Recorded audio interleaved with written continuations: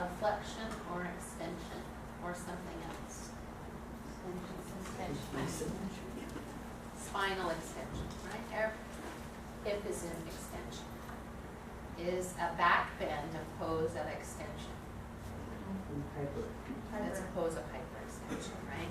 So I'm going to kind of leave out back bends, although there's certainly when we talk about extension and flexion extension poses, I'm not going to really I might get to crescent pose today, but I'm not really going to talk about hyperextended poses, which doesn't mean bad.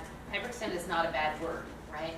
I'd like to stay with primarily flexion poses, which are generally considered forward bends, right? Does that make sense?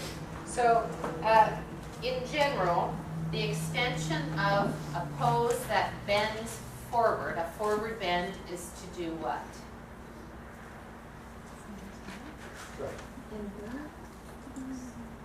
To invert, maybe, but I could bend forward and not invert, right? From the back. Okay, I will tell you.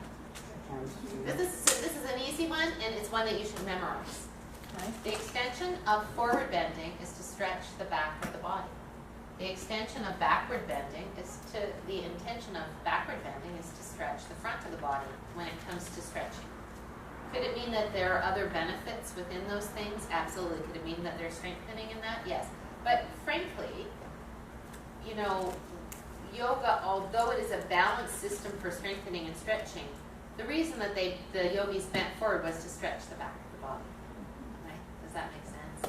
So, now the trick is, whenever you bend forward,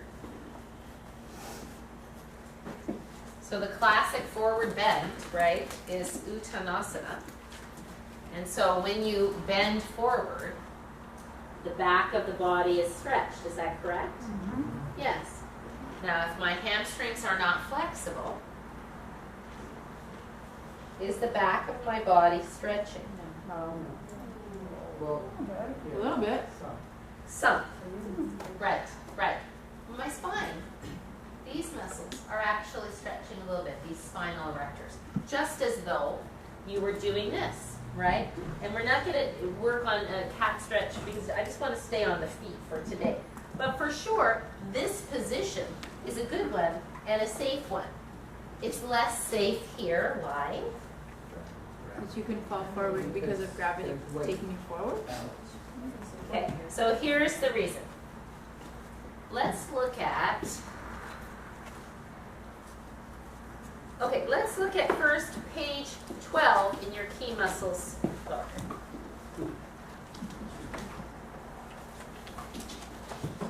And you see an Uttanasana, right?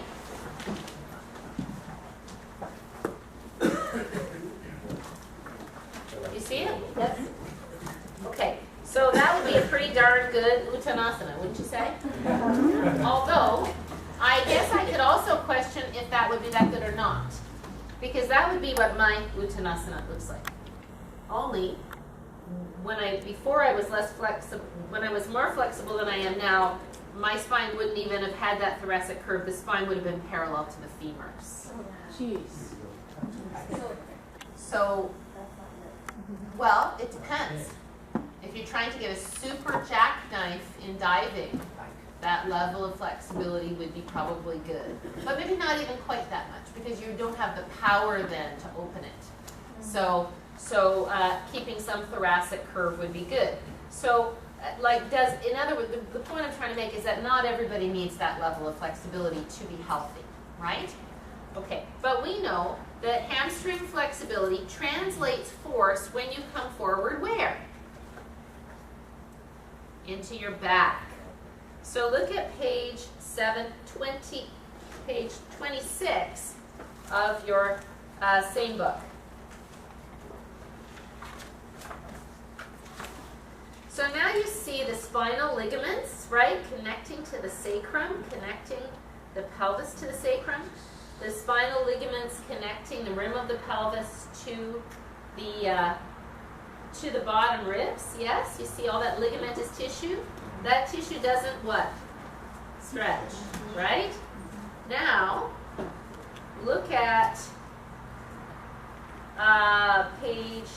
14.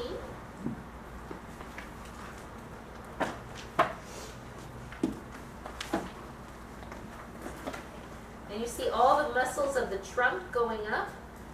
The little multifidus muscles, the rotators, the spinal erectors, lots and lots of muscles going up the back, yes? And if you see on page, can you go to your concise book of muscles? Is this interesting to you? I hope so. I want to bore you. Let me see if I can find, looking for quadratus lumborum. Who never finds it first gets extra muffin. Here we go, I found it, I get it. Page 76. Page 76. So now you see there's the culprits right there. Right? Now you see the muscles between the rim of the pelvis and the bottom ribs, and you see what they attach to? All of the lumbar vertebrae. Right? Cool. All right. So here's the main thing, and this is the reason that we don't have beginners do forward bends with straight legs. Well, there's two reasons. The number one reason is if our intention is to stretch their hamstrings, and I'm hinging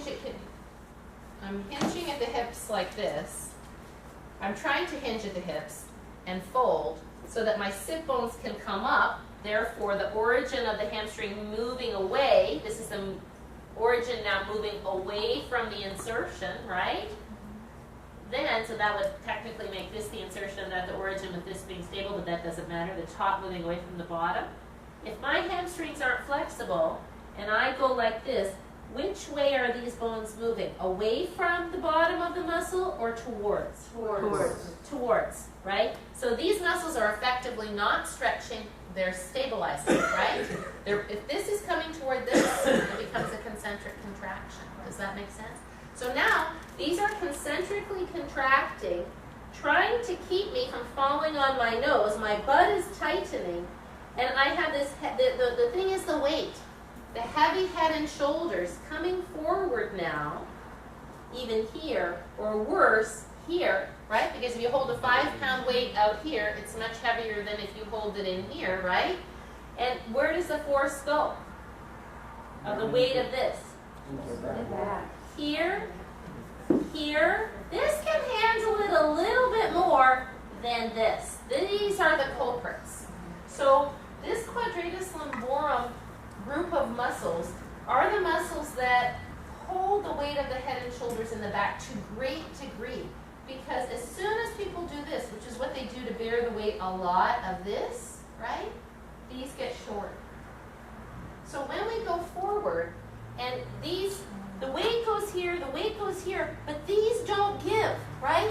These keep this like this, and if you do it, and you're really, and particularly, and almost always, when does someone herniate a disc? When they're twisting at the same time. And this doesn't give. They're bending forward and they're twisting. And so now the only place that can take it is the spine and the discs, right? So I doubt that if you had someone come in and do this, they would rupture a disc in their back. It's unlikely.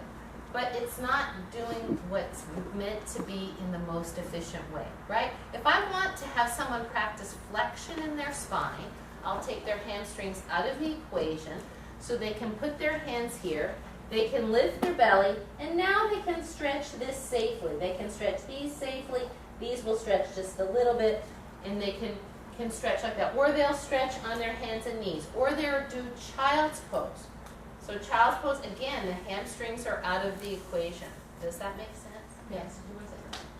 If you do the cat pose, how is that different than the last variation of using bend and the stretching the back? Is there more stretch on the quadratus lumborum? Cat pose kneeling or?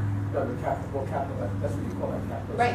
Cat pose. Right. So cat pose kneeling versus cat pose sitting, is there a significant? Huge. So now my sit bones are back, right? My hamstrings are not pulling my pelvis this way to begin, right?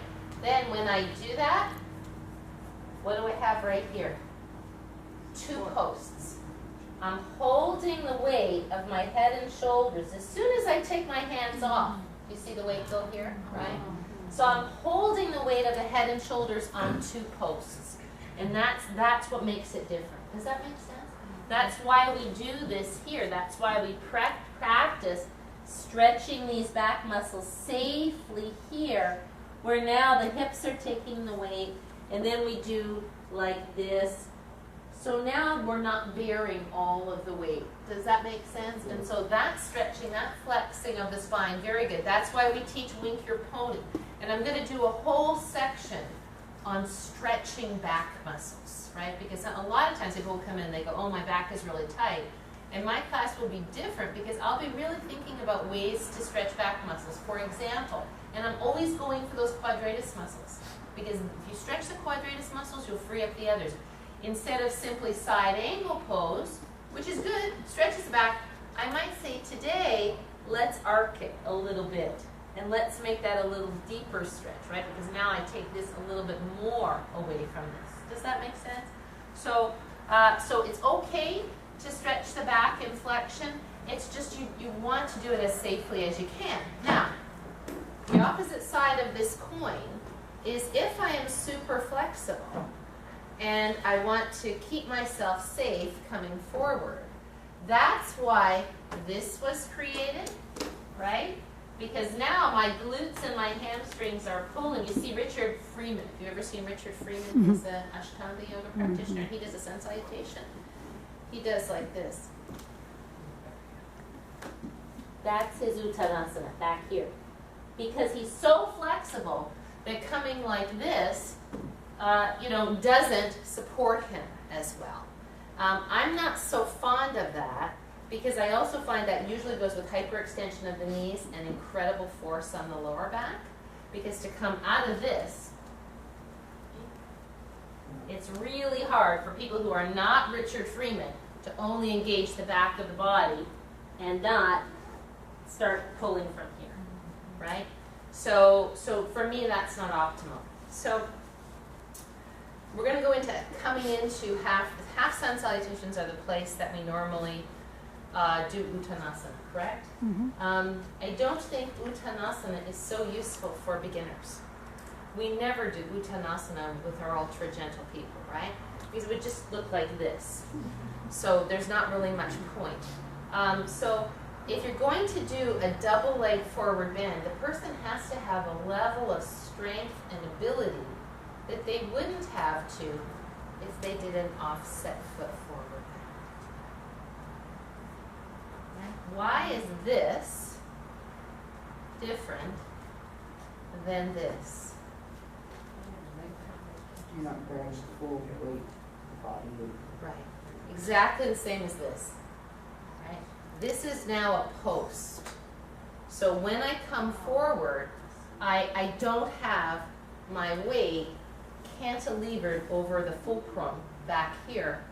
I'm able now to have this post to help hold my weight. Does that make sense? And that's why that Vinyasa practice is a great practice for people to begin. And there's a definite contraindication to that we'll talk about. Are we on the same page here? Okay. So in Uttanasana, not coming in or out. Let's just do Uttanasana. Don't do it yet. Just watch and then you'll do. The inner edges of the feet are in Tadasana. When you're in the final, so I'm thinking I have to do a half sun salutation to make this clear. When you're in the final pose, if you can, the hands and fingers and feet are in line with one another, and the weight is toward the toes. Why not in the heels? Unless you're Richard Freeman. Because it overstretches the hamstring? Let me see if I can show from the side. Sorry, those of you over there. If my weight is in my heels and I'm anything but flexible, what starts to happen to my lumbar spine? Flexion. Right? The pelvis starts to posteriorly rotate. So a forward bend is flexion of the hip with extension of the spine. Does that make sense, everybody? Yeah? So, sorry. I know. It's the same thing. You have sit bones that are made of porous material. What was I going to say here? So the idea here, esoterically or energetically, is that these represent the north of the body, the feet represent the south, the front of the body, the east, the back of the body, west, right?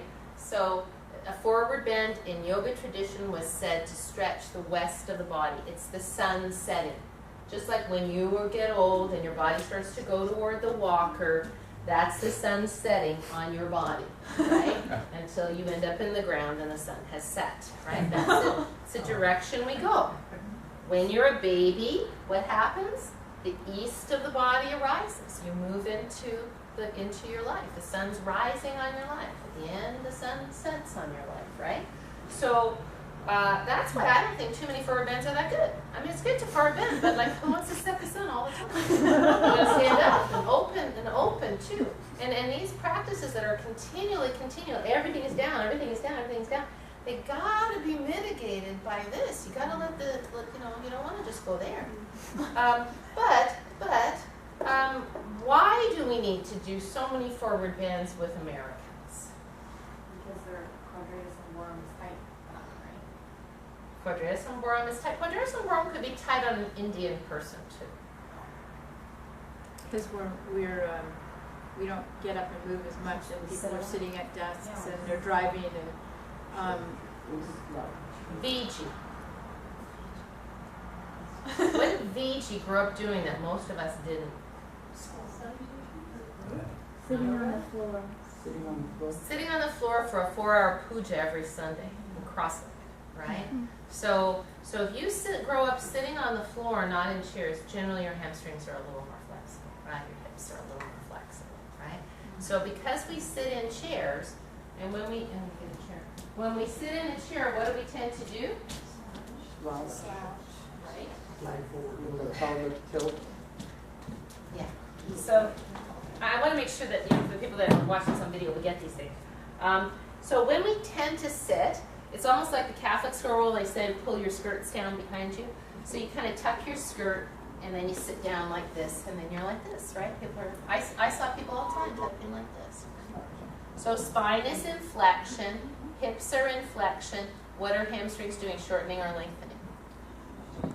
Right? Because the sit bone's coming toward the knee, right? If I sit down brazenly displaying my buttocks, then what am I doing right here? Pulling the sit bones back away from the knees. So that then when I sit up, the hamstrings are in a more lengthened position, and I'm actually in a better spinal position too. Actually, interestingly enough, I would say that maybe Indian people have some tight quadratus muscles because they're sitting up straight. If they just sit like this, which hopefully they do, but if they sit like this the whole time, that would actually shorten, right? Tighten. But interestingly enough, too much, and that's probably why yoga was originated. Was people were sitting and meditating like this for long periods of time, and what has to create stability? This and this, right? Front of the hip and this. So thus they said, let's get up and stretch. Okay, so we need to teach people to stretch the back of the body because the back of the body is chronically shortened by our lifestyle. And then we go play sports, right? We play tennis, we run, we hike, we walk. All of those things create shortness and tightness in the hamstrings. Does that make sense? Yeah. Okay. So we teach them to stretch their hamstrings by shortening, by lengthening, and by bending forward. Here's a great example of myotatic reflex. Have you ever seen people do this at a spin bike or something? Pretend that's a little higher. Oh, I'm getting such a good stretch. Whoa, I really feel that. Right? Are they actually lengthening the muscle? No, because the sit bone's coming here. If they did this, would they be lengthening the muscle? Yes. Because they were able to get flexion of the hip. If the hip is moving towards extension, that muscle is shortening. How come this is such a good stretch, supposedly, for those people? They feel it. Because just rode a bike for however long. Right. So look, compared to this, flinging your leg up into this position and bouncing over it, that stretch reflex is going to go, whoa! And you're going to go, oh, I really feel that, oh. And then maybe they relax there a little bit. And so compared to where they were, this is long. But this is not a great way to stretch. So whenever we stretch, this goes to my point about Uttanasana. If we want to stretch hamstrings, we want the sit bone to be moving away from the knee. Yes? Does that make sense? Up away from the knee. What's the difference between that and this? Let me see if I can do it.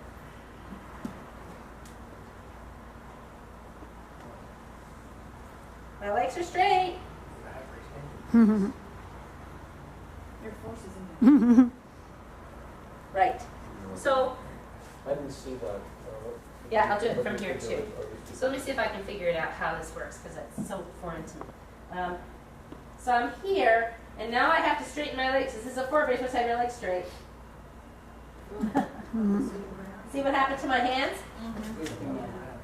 Yeah. So a lot of people feel they're stretching their hamstrings by popping the knees back, right?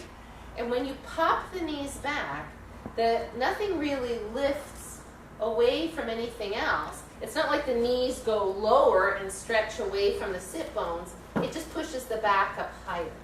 Does that make sense, right? So this popping of the knees just ends up still pulling this. It doesn't create that, right? So I would much rather somebody go from here, bent over, maybe they're here like this, put their hands on a block maybe, and play with lifting the sit bones with weight to toes, because that was the point. If the weight is in the heels, the pelvis starts going this way. Now the spine has to go up and over rather than bending the knees, let it getting a little more drop here, so there's not so much force at this very fragile area, right? Posterior force. And then they can play with lifting the sit bones. Does that make sense? Mm-hmm. Let me take somebody who's not as flexible as me and do that. No, you're very close. Paco. No, I want it to be a little bit more demonstrable than that. And you have an injury, so you're not wearing that, so that would be so good. Okay, so if you don't mind, just turn to the side. Okay, and let's just do an easy forward fold, bending your knees if you would. That's it, good. Hang your head. Nice. So to me, this looks so nice because the fulcrum of his hip is over his ankles. Good. Now, if you would, just straighten your legs. The only way for him to straighten his legs there is to push his knees back, and you can see the force that goes in the spine. Could that be, okay, bend your knees. Could that be okay? Yeah. But why would we want to do that? Why would we want to put that force in the spine? What would be better if he were warmer? Because as soon as he straightens his legs, his hands come up. If I were going to do this, would be to have him put his hands on the blocks, bring his weight to his toes, and then gradually say, lift from here and straighten your sit bones as much as you can, right? And then maybe he gets to there, right? And then what would his next job be when he's gotten to wherever he can be in the torso? Just start moving these bottom ribs down, right? So don't wiggle for a sec. Just soften your elbows, turn in a little bit, and pull these down. That's right. To try to get the lumbar spine to extend more from the flexion at the back. Thank you so much. Now, see, I bent his knees to come up. Great. Okay, because that's safer. It really, when it gets more dangerous, is in the coming up and coming down. Once you're down there, it's less dangerous. Oh, thank you so much. And I told you this before, but I'll tell you it again because it relates. I told you about that fellow that came with a herniated disc in his back. Yeah. And I said, well, how'd that happen? And he had gone to physical therapy, and they told him to pull both his knees in, right? And what happened? Disc popped out posteriorly. So if it can happen there, where your back is locked down, imagine when the force of your head and shoulders are coming forward, right? I mean, it could happen. It's unlikely, but it's not going to be productive. Is the main point. Does that make sense, everybody? All right. In addition to bending your knees coming up, a lot of times you get those packing instructions when you put your hands on your knees as you come up and then come up. Yes, and that's a great point. Comment on that? Yes, and I'm going to talk about coming up and down in a second. It's the same idea. It's a post, right? And that's a good thing, and we use that a lot in our classes. trying to think of where to go with this. I'm thinking for warm-up's sake, for us, we will start with Parshvottanasana. One leg forward, one leg back. Now that we understand the mechanics of forward bending and why we might choose that, from there, we'll move to the Viniyoga sequence, and from there we'll move to Uttanasana and the half sun salutation. Does that make sense? Because why would I not, say I have a class of Yoga 1s, and I've decided now, and if you've been to my Yoga 1 class, sometimes I'm going to do hamstring stretching, and I not start the class, but once the hamstring stretching starts, I start by practicing hinging the hips like this, usually on a chair, but sometimes on blocks, and doing this. Why wouldn't I, if you were in a class and I didn't choose to do the Viniyoga sequence, what might you assume? I would assume that they weren't flexible enough, maybe, to do that. Or maybe. And that you wanted to work on the flexibility. You're all right. Yes. And the main one would be there's somebody with a back injury. So Tony, our standard disc guy, who we all know is in the Yoga 1 class, right? If he has posterior herniations in his back, the discs are coming out the back side, and his hamstrings are tight. And now I ask him to come forward like this with these tight hamstrings. So his hamstrings are not going to allow this neutral spine here. They're going to pull him this way, and then he's going to go down. What's going to happen to those discs? They're going to pop more? They're going to get squeezed more out the back. Right? So I certainly would not give him the Viniyoga practice, because he's not in a place to be able to do that until, when might he ever be able to do that? If his hamstring flexibility increases, so that he can get the spine at least safely, maybe to here, chair, or maybe to block. But if he can't get that and the force pulls the spine into flexion, then that's not going to be safe for him. But you're also correct. They don't have the flexibility. They don't have the proprioception. For a lot of people, just coming up like this is a lot of work. We do this in our cancer class, in our ultra gentle class, just as a strengthener, just that coming up, which to you may seem like nothing. But for a lot of people, that could wear them out. That's a lot of work, right? So your go-to fundamental choice is the hamstring stretch with the chair or the blocks. So I thought if we, Christy. If you still have a class and Tony's there, and you don't know, or maybe now, you know, what do you just skip Viniyoga, or do you have him do something else? Yeah, I would ask, if you're subbing in Yoga 1 class, I would ask, does anybody have any, before you get started, I'm just subbing, let me know if you have a back issue or any other issue, and he would tell you. And he doesn't even know that sequence because I've never done it when he's been there. So that would be good to just ask, yeah? And I think that for somebody like him, he's been there long enough that he would not do it because he knows what not to do. He's doing a lot better. But, and that doesn't mean forever. We have people who have had all kinds of herniated discs who are doing Cobra and everything else, but they're many years down the road, right? And they worked in other things. Okay, so let me talk about Parshvottanasana. What does that mean? What does that Sanskrit word mean? Is partial in like half? Or one That's and a half? Ardha. Oh. Parshva means flank. Parshvo is the plural of flank, right? Side, right? So it's extreme side stretch. Tan means an extreme stretch. Yes. But you're going forward. Why is it a side stretch? Is this Parshvottanasana? No. Mm-hmm. This is Parshvottanasana. Mm-hmm. Extreme side stretch. And that's the key. That, for me, that's always been the key. When I see people doing their hamstring stretch like this, they go, well, this is the way I've always done it. They're not stretching the side. The side is meant to be stretched evenly with the legs. To me, I call that like sacrificing one to stretch another. Right? So if you're doing palm tree, Mm-hmm. that's a side stretch. Absolutely. Mm-hmm. Right. But I don't even know what the Sanskrit name for palm tree is. Is there one? I don't know. Kamasana. So absolutely. So there are many ways to stretch your side, right? Parshva, Kona, one side, Kona, angle, asana, right? This side is on an angle. Yeah. It doesn't say Parshva Dhanurasana, bow. It says, you know, and so I'm not saying that like we should read this like the Bible where you're trying to interpret every word and figure out what God's meaning is, but I'm saying that there is some to think about those names and think how they apply, because every time you make a different choice, you're making it for a reason. Yeah? Okay. So, the main situation with hinging at the hips is that if we want to go forward, we should go forward. And this is why I just cannot, I've thought about it for years, I've thought about it for 30 years, and I never understood it.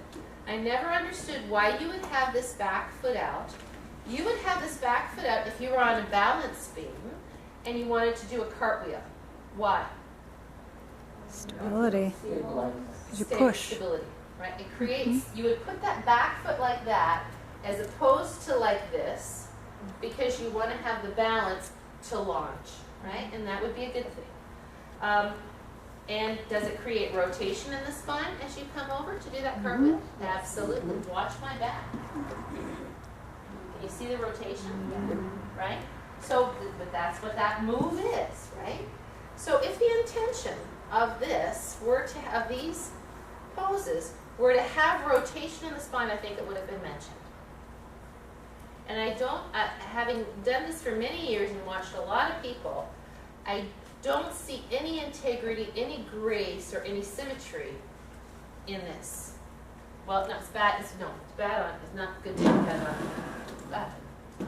What'd you say? Yes, we're here. Sorry. Could you stand with your one foot forward and the other foot back turned down?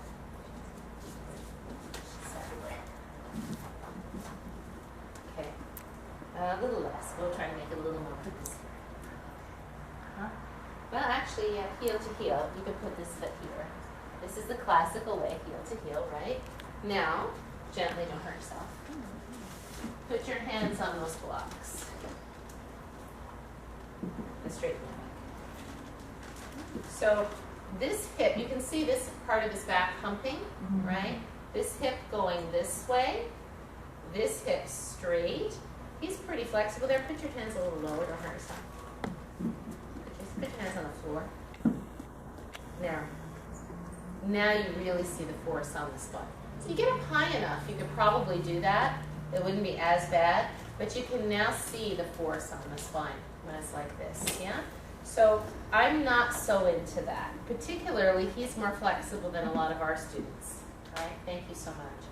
So when you're going forward, you turn the hips in the same direction. It's not like you're on a balance beam. If you're on a balance beam, you would turn the back leg out. Thank you, sir.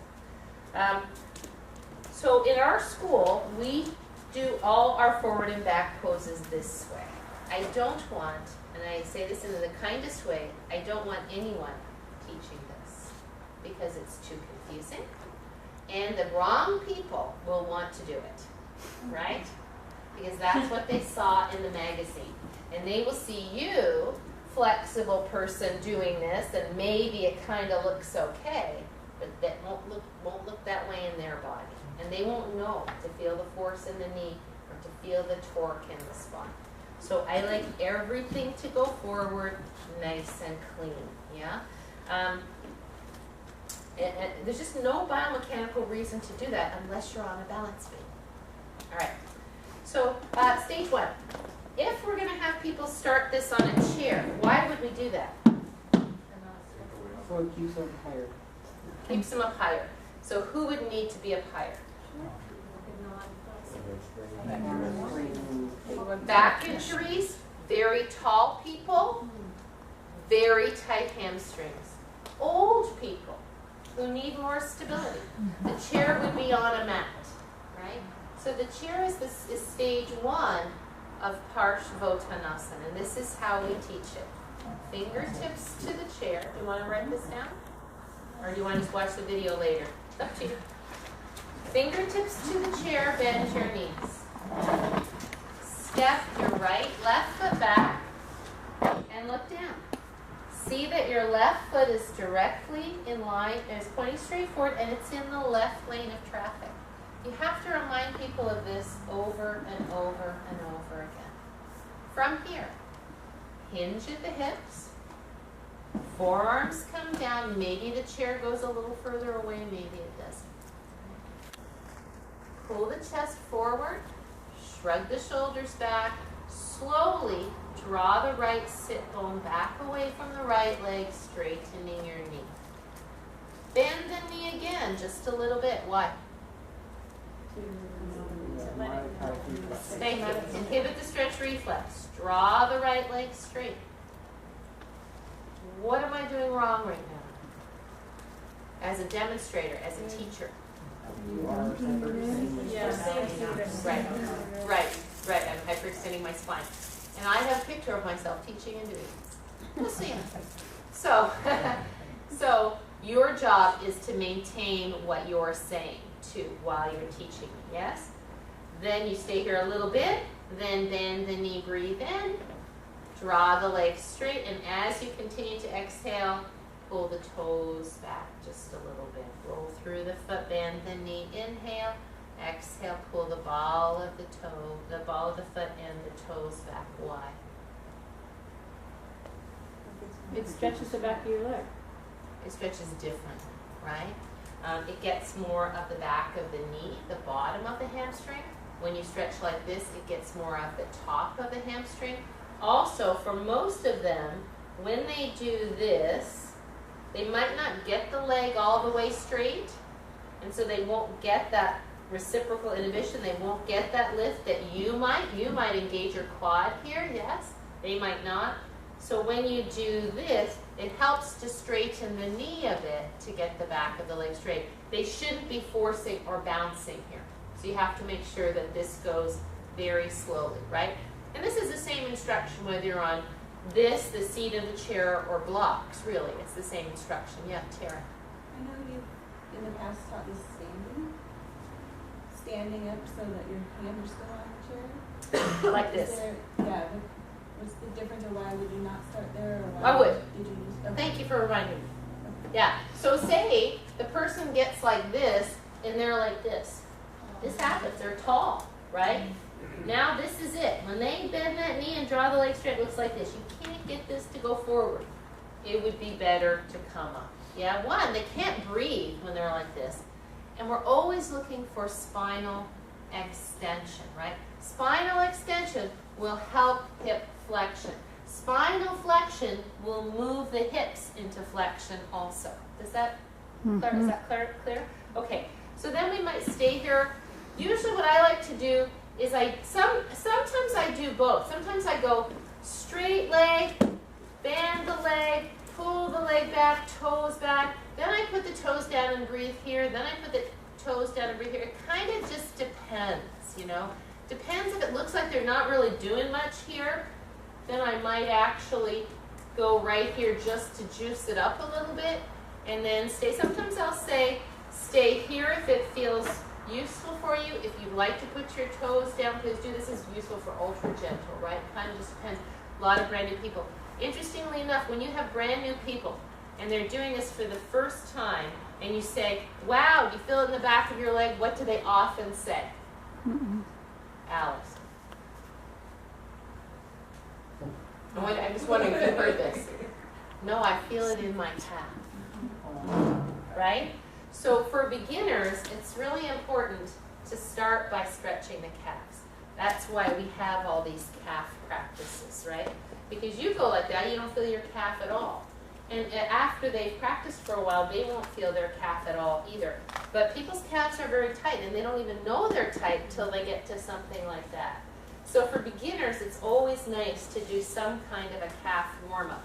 If it's this is an okay calf warm-up, contract and release. This one's a great calf warm-up. We'll go there in a little, we'll do that another time. Somebody make a note that we have to do calf warm-ups. And then just coming up and down on the toe and pressing, yeah. And these are for people who are not, you know, are beginners, right? Not that you couldn't do that all the time. All right.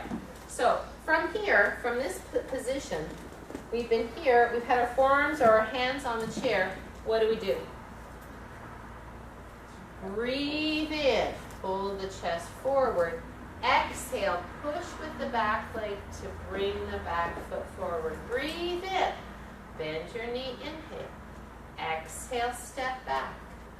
Breathe in here. Exhale, hinge at hips. Breathe in, chest forward.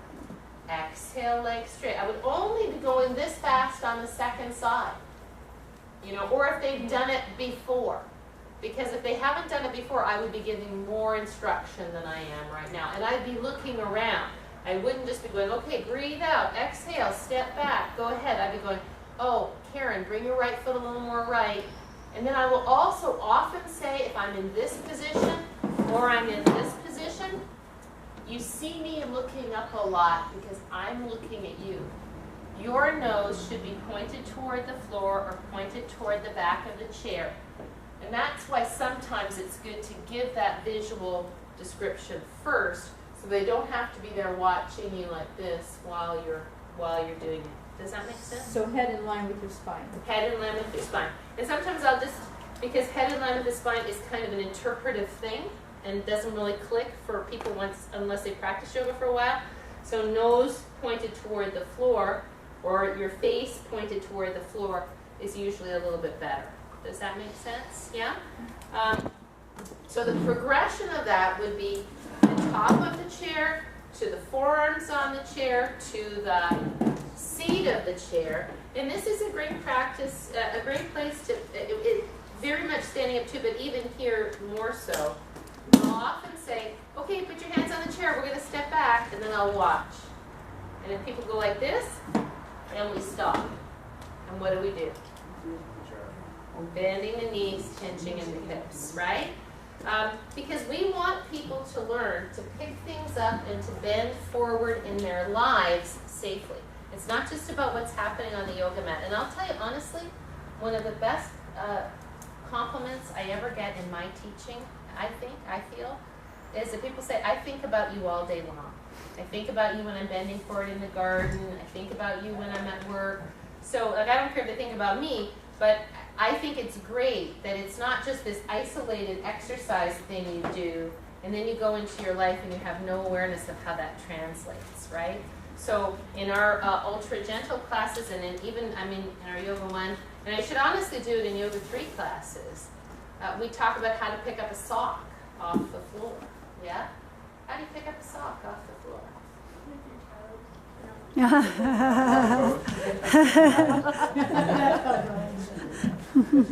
right, let's do it. Come on, let's get up. Let's be fun. All right, get your block. Okay, this is what we're going to do. I'm gonna die in a minute. I gotta change this. You're going to throw the block a distance from you. Doesn't have to be quite that far. And then you're going to go pick it up. With one hand.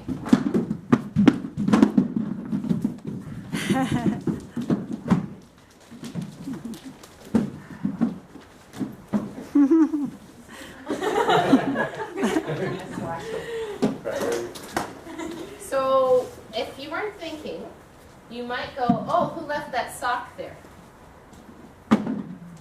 Correct? Am I right? So where's the first mistake? The first mistake was starting to bend forward before I get there. Right? Because we're talking about loading the back. If you want to load your back safely. But bending over before I get there isn't safe or isn't useful, right? So I get here, that's a sock. Do I need to put both feet together and pick it up with both hands, and is that likely? No. No. Right? So like this, you're probably not going to pick up your sock doing like that, right? But you for sure want to put one foot forward, then one. Hinge at hips, pick up the sock, and continue to walk, right? Because then you can do it quickly. Does that make sense? Yeah? So go pick up a sock. Teachers is good, because you could do a lesson like this, and I'd be very happy if other people than just me were doing this, and Christy. here's another thought. If I'm going to pick it up with my left hand, my right foot, I saw a lot of people doing this. This loads the back. Do you see it? This doesn't load the back, right? Because now my back is supported here. I'm not reaching out. You have to reach out in front of yourself, you know? So it's opposition, right? If I'm going to pick up something, with my left hand, my right foot should be forward. If I'm going to pick up something with my right hand, my left foot should be forward. And what we teach old people is to put your hand on your thigh. So I'm going to pick that up. Put your hand on your thigh. Why? Supports your back line. Support your back. It's the post, and it helps you push up. So try that. Throw your block. Go pick it up. Pick it up with your right hand, and which foot goes forward? Left. Then pick it up with your other one.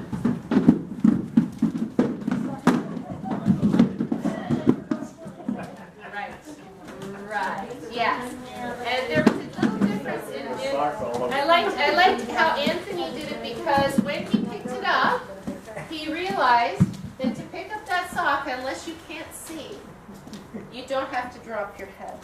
Like, unless I'm really blind and I can't find that sock without going like this, I don't have to drop my head. And one of the common errors in bending forward is to get here and then drop the head. And what does that do to the spine, Rob? That's what your spine did. Yeah? So it's good to notice that, right? I can look, I don't have to really, I can see that in my peripheral vision. You don't want to drop the head. You want to keep the head in line with the spine. Yes? Comment from the older people. Yes. You have Varilux lenses or bifocals. You can't see distances from down here. You Okay. have to get them here. Yes, so that's a problem, right? Because it also distorts what you're seeing. So when I look down because I want to through this part of my eye. Ah, yeah. So maybe you just kind of judge it. If you have to go like this a little bit, it's okay. I mean, look, these If are you're not wearing small. glasses, it's fine. But if you're wearing glasses, that's another. Right, reading so that's glasses. another, yeah, it's definitely an issue. So, but we want to train ourselves not to drop our head. Unless you have to look down, figure it out, then pick your head up. Just make sure if you're going to put your head down, you don't have to flex your spine. And a lot of people will say, oh yeah, I know how to bend, I know how to bend my knees. I know I'm supposed to bend my knees when I bend. Right? So that's different than this. Okay, just for fun now, since we're on this lesson, because I do this as a lesson, let's talk about lifting a heavy flower pot. Okay, so now you have this heavy flower pot, right? Oh, this is getting way off topic. Should I skip it? Christy, you think I should skip it? Just do it? Okay. I thought you went like this. No. Oh, okay. Good. So here's the heavy flower pot. I'm certainly not going to pick it up with one hand and one foot. I have to pick it up with both feet and both hands. So the common error of people hurting themselves is to go, oh, I got to pick up this bag of mulch and I got to put it over here. That's like the worst thing ever, right? So if I'm going to pick up something and I'm going to put it over there, what has to move? My feet. Not just my knees. Oh, to put it over. I have to stand up, pick it up, turn my feet. So the rule of thumb for lifting anything heavy is your feet have to move in the direction you want to go. Just the rule of thumb in general. If I'm rotating like this and I don't move my feet, where is the force going? Yeah, and it's not horrible. It feels kind of good, actually. But if I were lifting something heavy and I was going like that and I go to put it down, so one of the reasons that we lift the heel is to teach rotation from the base. That's a whole other thing. So, so now if I'm going to pick up this heavy flower pot, believe it or not, you hardly ever hear me say this, you have to turn your feet out as opposed to straight. Why? Because your knees, your open knees. Stabilizes the base, right? So when you see those Olympic weightlifters lifting heavy weights, you don't see them going down like this. They're like that, right? So the outside of the leg stronger, more stable in this position to push, right? You're going to access the rotational muscles of the glutes to create more stability. So we turn the feet out a little bit. Watch for a sec. We bend the knees. We put the hands on the flower pot. Now, because what do most people do? This. right? You gotta bend your knees and get your butt low enough that you can push. What's the problem with this? It's still in the lower back. Why? Because the weight is in front of you instead of bringing And it. it's bringing Right. down. There's two actions. You're absolutely right. So it's the push of the legs and the pull of the arms. Not the arms, but the back muscles. Because when I'm going to pull something toward me, I don't want to just do it with my biceps because that makes my neck happen. I want to pull like that. So I get my shoulder blades and I get the weight into the back of the body. So you know how when we're doing step forward, and I go step forward, back foot up to front, and I hold people here and I say, put your butt a little lower, put your weight in your heels, put your butt a little lower, put your butt a little lower. When we're in spider, and I'm saying, get your butt down and pull your chest forward. Why? Because I want them to be able to squat. Because everything starts getting done from here, right? Now we never bend our knees. We never get down in our hips. And that's when people hurt their backs, and that's when they fall over because they can't catch themselves. Does that make sense, everybody? So all of this, getting weight back in your heels, is about strengthening the hips, which tend to be very, very weak. So let's pick up a flower pot, and then we'll move on. I'm really sorry. But it's good. I mean, you might use this in your class. All right. So we walk up, we bend. Yeah, go ahead. Bend your knees, hinge at your hips. Now, do you have to go to a full squat? Depends. I would get to the place where I can feel like I have good power in my legs. If I go all the way down here, and this is really heavy, am I going to have as much power in my legs? Probably not. It's going to hurt right? your knees, too. Right? Yeah. That, you know, I'm not an expert on the mechanics of lifting heavy weights from here, but I would go to the place where I felt my back and my hips stable. Then as I push with my legs, I pull with my arms. Does that make sense, right? So if you're carrying a heavy weight, same thing. I go over to Petropolis and buy those crates of cat food. I always practice my walking with heavy stuff. I keep it in and I lean forward when I walk. So I'm not carrying it like this, right? You ever seen people carrying stuff like that? Right. Babies like that all the time. Right. And it's tough. But the moms who can remember and stay upright and switch arms, besides they will get a tight neck. There's no way you don't get a tight neck. But they're going to do better than the mom. You're teaching people that, right? That they can't carry their babies like that all the time. Yeah.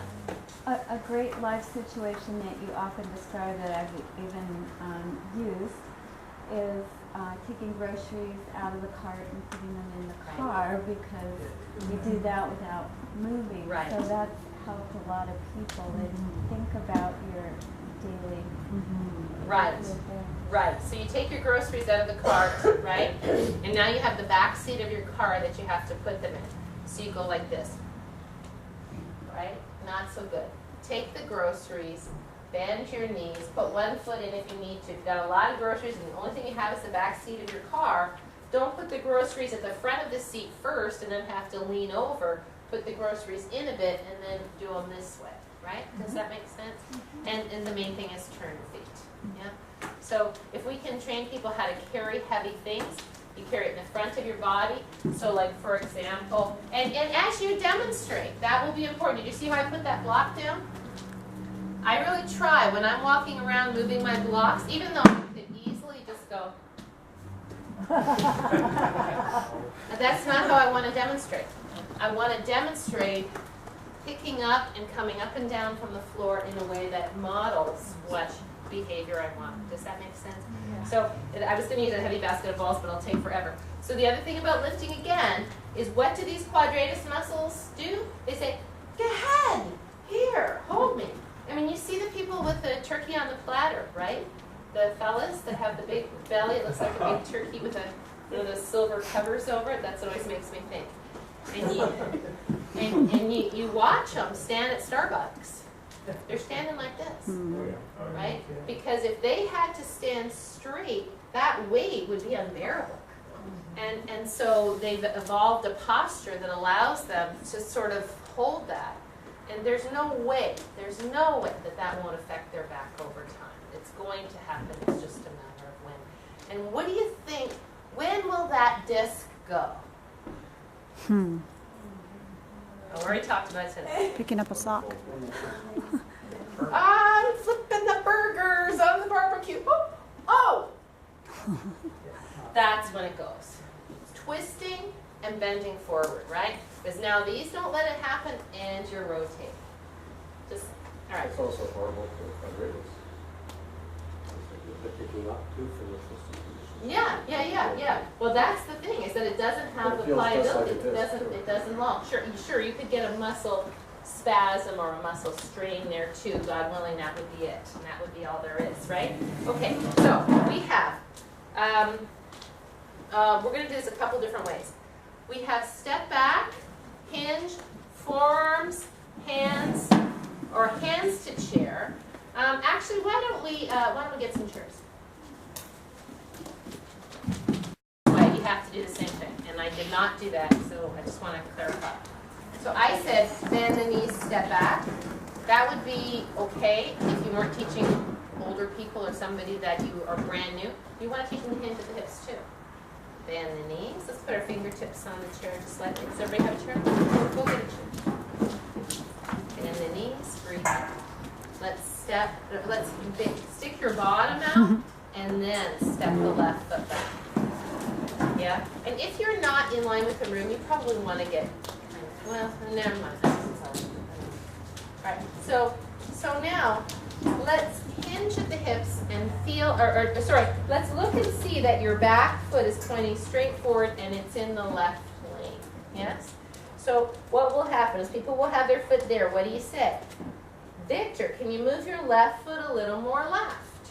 Move your left foot more in the left lane. In other words, have a wider lane between your 2 feet. That might be it, yeah? Then stick your bottom out, hinge at your hips. Put your forearms down on the chair. If these are old people, we put a blanket over the edge of the chair. Now, if you're too close, if you feel like your chair is too close and your back is round, feel free to push it forward just a little bit. If you feel like your back is round here and you can't get the spine long, pull the chest forward, shrug the shoulders back, then come up on your hands till your back can be long. Yes? Now, breathe in here. Please draw your right sit bone back. Draw your right leg straight. Bend the knee again. Inhale. Oh, Suzanne, you're not really, but I'm going to exaggerate it. Bring your elbows into your body. No chicken wings. Keep the elbows in. Draw the legs straight. And pull the toes back this time. Dawn, can you bring your left foot more left? Roll through the foot, bend the knee. Exhale, legs straight, toes on the floor. And now with the spine extended, let's breathe the ribs wide like an accordion. As you exhale, feel your spine get long from your tailbone through the crown of the head. Stretch out the right side toes so you're not gripping. And one more breath. Bend your right knee. Inhale. Hands to the top of the chair. Exhale, back foot out to front. Yes, ma'am. Right when you start and your knees bent, is it helpful to say keep your knee open over the center of your foot, or is that a little too much for them? If you saw somebody's knee buckling in, yes. As a generally, if I say this because I see somebody doing it. Because if everybody's knee is straight and I just say keep the knee over the center of the foot, then it doesn't make sense, right? I will sometimes say, because sometimes people think of this as a big lunge, I'll say bend your knee, but don't let it go past your ankle, right? So that's stage one. Now, I think what I'm going to have you do is I'm going to have you teach that to one another. I just want to give you some physical corrections to use so that you can do it all at once. Does that make sense? Physical adjustments, physical corrections. Okay. So Rob, if you would, go ahead and let's put your chair on your mat. That's good. All right. Can you step back and have your feet so that one foot is not in the right correct lane? Yeah. So now I've set it. I've walked around. I've tried to get this person not to be on a tightrope, but it's not happening. Yes? So what I might say is, Rob, can you put your left foot? If I'm going to say put your foot, I will touch the foot. Because it's just too confusing to hear it. They're nervous that you're there. I'll go, can you put this foot a little more over here? That's it, good. And then this right foot, can you move it a little bit more into the right? That's it, good. So if you're going to ask them where to put their foot, it's good to touch and tap. So they have they can hear it, and they have the the visual. Does that make sense, everybody? Good. So that would be the foot placement one. If the foot is turned out, go ahead, turn it out. So I would just say, can you bring your heel over here, heel over here? And I would not, go ahead, do that again. I would not just grab the heel and pull. I've seen that done, right? So there's the difference between a touch. There's directive and guided. Can you keep your hands up for a sec? I might say, Rob, put your heel over here a little bit, and I might kind of guide as he goes. Because I don't want to wait, because then he moves at an eighth of an inch. I go, no, a little bit more, a little bit more. I might guide this way with my hand. Does that make sense? Yes? Okay. Now, let's say that Rob has very tight hamstrings. Put your forearms down on the chair, and his back is really, really round, right? Now draw your legs straight, and his back is really hump your back up, right? This is how a lot of people look doing this, right? So the common error in teachers is to go, oh, his back is round. I have seen teachers do this. Put this down. So this is not good, right? This is not the problem. So it's the result. So usually, go ahead, put your foot up here.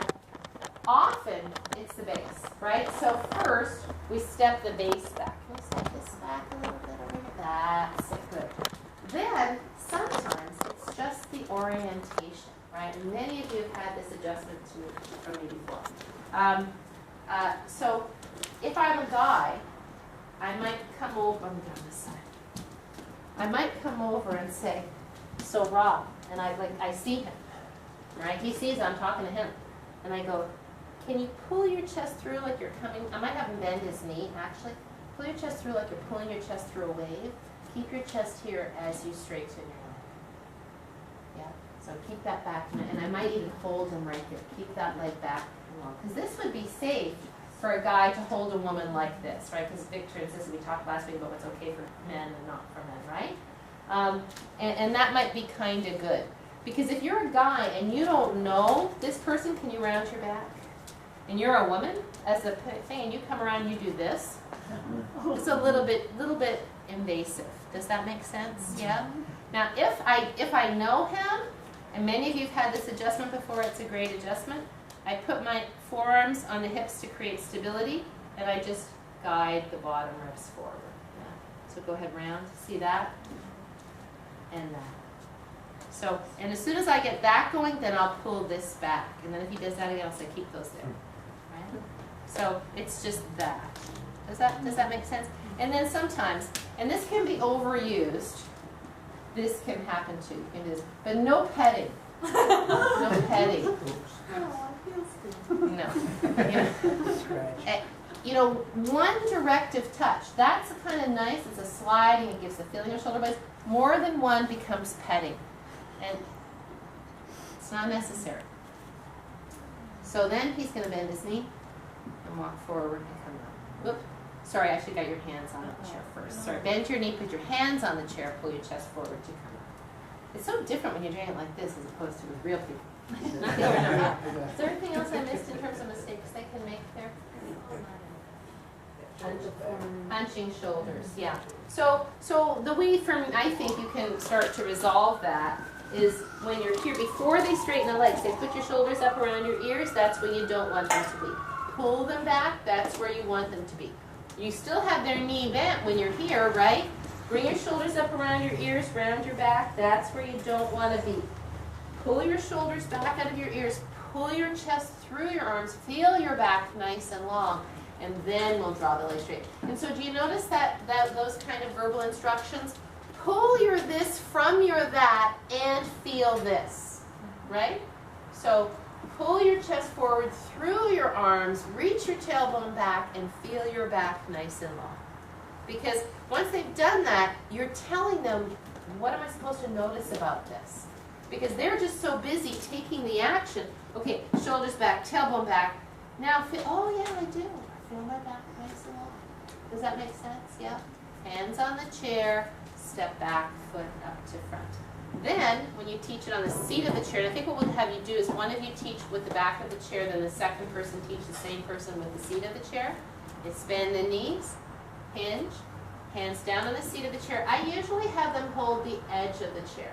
Because if they're like this, they tend to hunker. When they're like this, they distribute the weight through the wrists. And then I will also often, as soon as I'm teaching people to put their weight on anything, I'll tell them about varied hand position, right? So you might have your hands flat, you might hold like this, you might have your fists on, or you might have your fingers on, and it's always good to vary the hands so that you don't have the weight. However, you shouldn't have that much weight in the hands anyway, right? Because you're not hunkering down into your arms, your weight is in your legs. These are just a post to assist with holding the weight of the head and shoulders. So it's step back here, same instruction, foot is in the right lane, toes are pointed forward, draw the tailbone back, draw the heart forward, draw the legs straight, breathe here. In and out once, and then breathe here a little bit. In and out, and then breathe here a little bit. Roll through the foot, bend the knees, back foot up to front. Where should your weight be? In your heels, because you want to use your hips to come up. The knees are bent, we want to use the hips, long spine to come up. Yeah? Another common error coming up is coming here and then doing the roll. I never figured that one out. That's interesting. So, and that comes from bringing the arms back. If you bring the arms back, which way does the spine go? Flexion, right? So we want to teach people to feel that the arms are exactly as they would be if they were standing up like this. And your point comes in now, which is if you have a back issue and your arms are out like this and you're pushing up, do you see your spine? But there's still work in your back because you're leaning forward, right? So if you have a back issue, every single time, hands to the thighs to help you push and to support your back coming here. Yeah? So when you're first learning, I always teach, I mean if you're a brand new yoga one, particularly if you're middle-aged, I always teach hands to the thighs. And then I'll say once they know how to do that, they know how to hinge at the hips to use this, then I'll say now let's add a little extra weight if it feels safe for you. And I really like that word safe because I think it's really important to tell people this might not be safe. So use the word safe. If it feels safe for your back, then put your arms out like this. I don't think it scares people. It just shows that you care. So is that okay? Mm-hmm. Can we teach this pose, Parsvottanasana, on the back of the chair and on the seat of the chair? One person teaches each one. And you can make some mistakes and the person can fix them. And you see if it feels okay for you. But you want to do it the first time you don't make any mistakes and they just go through the steps.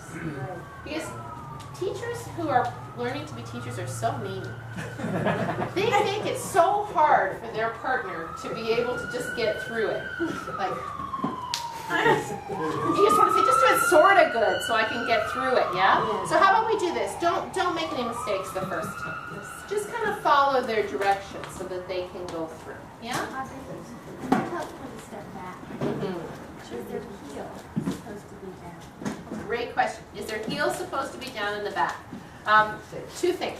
One, when I tell somebody to step back, Suzanne, I don't ask them to pick up their leg or reach back, and I wouldn't demonstrate it that way. Because this is a whole different action than this, right? So, and I get that this kind of emphasizes the step back, but don't demonstrate it like that. The heel on any pose in the back leg should be reaching for the floor. It doesn't have to be on the floor. There's only really one place where it's helpful if it's on the floor. I may change this, because I'm just thinking out loud, is in the Vinyasa practice.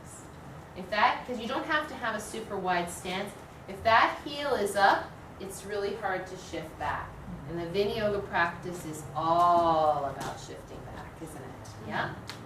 So, and hopefully, before you ever get to teaching this pose, you've already practiced shifting back in other things, in arm circles, or in cat stretch. It's not like this is a brand new concept to them, because you're not gonna start a class with this, right? You're gonna do something else. Does that make sense? Mm-hmm. Any other questions? Hand placement. I was looking around, people are doing this. Your hands are here. Great question. What do I do with my hands? This is so good. All of this really matters. What's wrong with this? It bows your elbows. Elbows are up. What's wrong with this? Too much stress. Shoulders are up. Just naturally. So if my hands were here, it might be that I'm tall, and I'm going a little, or I need a little bit lower position, but just generally like this is good. And don't you always say to keep the thumb over also and not put the thumb behind? Right, right. If the thumbs, go ahead, do it. This is how your explanation goes to students. Why don't I wrap my thumbs? Go ahead, turn your thumbs down. Feel your neck, right? Turn your thumbs flat, feel your neck. Turn your thumbs down. Turn your thumbs flat, right? So thumbs down is bad for a reason. Thumbs up, good for a reason. Yeah? I wonder how that came about. I wonder if that's why. Who knows? All right, should we do it?